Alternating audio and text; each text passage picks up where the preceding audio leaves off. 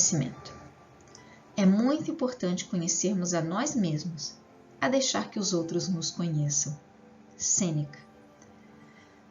Então, como eu falei, esse é um processo diário.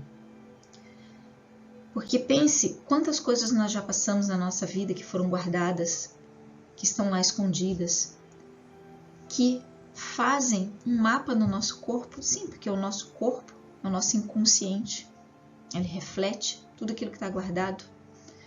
Então, a gente precisa saber que o autoconhecimento, ele envolve várias coisas.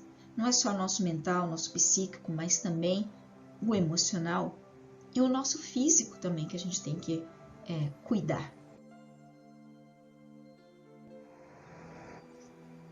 Existe uma pergunta que a gente tem que fazer, que nos traz luz muita coisa. Quem sou eu? Pense nisso.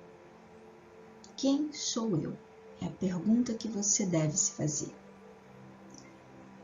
Mas a resposta não é aquela tradicional, nome, nacionalidade, religião. Você também não é o que você faz, não é o que você tem, não é o seu trabalho, sua roupa, seus bens, seu RG, e nem que os outros pensam a seu respeito. Nós fomos condicionados durante toda a vida a fazer e agir como todo mundo, como a sociedade dita, como os pais, como todo mundo fala que tem que ser feito. Nós não fomos educados emocionalmente. Saber quem você é de verdade é transformador, embora seja desafiante.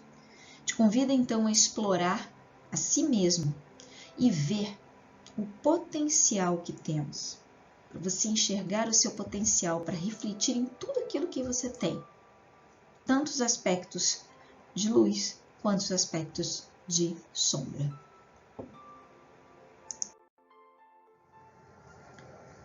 Não há despertar de consciência sem dor. As pessoas farão de tudo, chegando aos limites do absurdo, para evitar enfrentar a sua própria alma. Ninguém se torna iluminado por imaginar figuras de luz, mas sim por tornar consciente a escuridão. Faz parte da natureza a gente ter um lado sombrio, faz parte da natureza a gente buscar essa luz, faz parte da natureza a gente imaginar que só pensando algumas coisas, fazendo algumas orações, a gente vai se livrar das nossas mazelas. E nós fomos condicionados a guardar embaixo do tapete todas aquelas coisas que a gente não gosta na gente, né? Nós fomos condicionados a deixar às vezes as coisas para depois e não trabalhar as nossas emoções. Mas não vai resolver nada a gente correr dessa sombra, né? Pois isso só vai intensificar o poder dela. Somente a gente abraçando essa dualidade, que na verdade a dualidade é a gente que cria, né? Porque o universo tudo é uno, mas é a gente que cria a separação, corpo uma coisa, alma outra, né? Então, mas quando a gente abraça esse todo, a gente começa a nossa libertação. Porque o abraçar o todo envolve essa autoaceitação, essa questão de a gente aceitar tudo que tem dentro da gente. E eu não estou falando só de coisas ruins, a gente tem que aceitar as coisas boas, porque muitas das vezes a gente não enxerga a riqueza que tem, ou seja, na maioria das vezes, não enxerga a riqueza que tem. Porque durante toda a nossa infância a gente foi tolhido, né, de muitas coisas, a gente recebeu muitos nãos, a gente não sabia lidar com aquilo. E daí na fase adulta a gente tenta, digamos que a gente refaz, né, aqueles comportamentos, aquelas emoções, para a gente poder ser aceito. E aí a gente vai vivendo nesse ciclo, né? Mas é um ciclo que nos traz frustração. No processo cultural, classificamos nossas características em aceitáveis pela sociedade e outras que temos que deixar de lado. As características rejeitadas e inaceitáveis não vão embora. elas só ficam guardadas.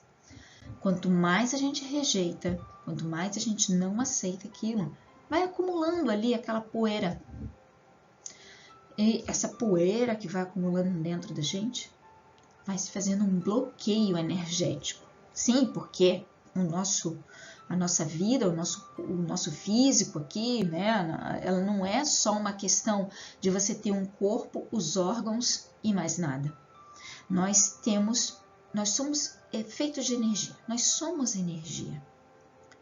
E aí, quando a gente tem esses processos de não aceitação e rejeição, a gente está criando um bloqueio nesse fluxo de energia. Então, tudo isso vai se acumulando nos cantos escuros da nossa personalidade. E fica lá escondida por muito, muito tempo. Daqui a pouco toma vida própria. Sim, porque a gente perde o controle de algumas coisas, a gente grita e depois que passa, a gente pensa, nossa, mas como é que eu fui fazer aquilo? Como é que eu pude falar umas coisas dessas? Sim, porque estava tudo guardado, não foi trabalhado, não foi encarado, né? Então, aquilo cria um bloqueio e é uma panelinha de pressão, né? Que vai ali acumulando, uma hora estoura. Escuridão não significa somente aspectos negativos, porque a gente tende a achar que a gente só tem coisa ruim, tá? Mas também tem muitas coisas boas que a gente vê nos outros, que a gente identifica, mas é também uma projeção das coisas boas que a gente tem dentro, tá? Então a gente precisa reconhecer essa riqueza, pegar essas coisas que são sombrias, né, que estão ali guardadas, e vamos dar uma atenção àquilo. Enquanto não dar atenção, aquilo ali fica, persegue, toma conta, e às vezes a gente não sabe como se comportou de determinada forma.